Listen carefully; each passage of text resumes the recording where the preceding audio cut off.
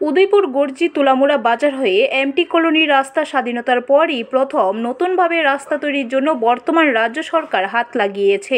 এই রাস্তা দিয়ে আজও পর্যন্ত 4 চাকার গাড়ি যাতায়াত করতে পারেনি, এমনকি বাইসাইকেল দিয়ে যাতায়াত করা ছিল কষ্টসাধ্য। বহুবার রাস্তা নির্মাণ করার জন্য সরকারের কাছে দাবি জানিয়ে আসলেও কেউ কর্ণপাত করেনি। স্বাধীনতার পর বহু রাজনৈতিক দল ক্ষমতায় আসলেও এই এলাকার জনগণের ভাগ্য ফিরে আসেনি। অবশেষে এই রাস্তা নির্মাণের জন্য বর্তমান সরকার কাকরাবন পূর্ত দপ্তরকে এই রাস্তা নির্মাণের জন্য বরাদ্দ দেওয়া হয়। বর্তমানে বিজেপি ক্ষমতায় আসার পর এ পায়ে হাঁটা মেঠো পথ আলাদিনের জাদু প্রদীপের ছোঁয়া বদলে গেছে। পিচ ঢালা পথ তৈরি করার কাজ শুরু হয়েছে, এমনই ঘটেছে বাস্তবে।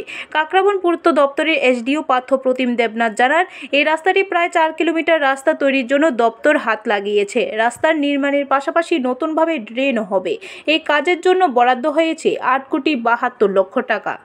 হ্যাঁ, অ্যাকচুয়ালি এই যে রাস্তাটার কথা আপনি বললেন, এটা তুলামুড়া বাজার থেকে এটা একটা বাইপাস হিসাবে কাজ করবে, যেটা ধূপতলি বাজারের একটু আগে গিয়ে শেষ হবে। এটার দুটো ব্রাঞ্চ রোডও আছে কানেক্টেড।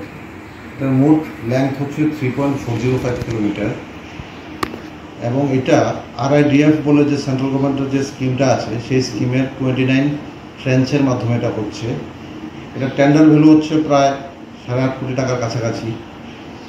আর এই কাজটা আমরা শুরু করেছি জানুয়ারির শেষ সপ্তাহে এবং এটার জন্য নির্ধারিত আছে 450 দিনের মতো।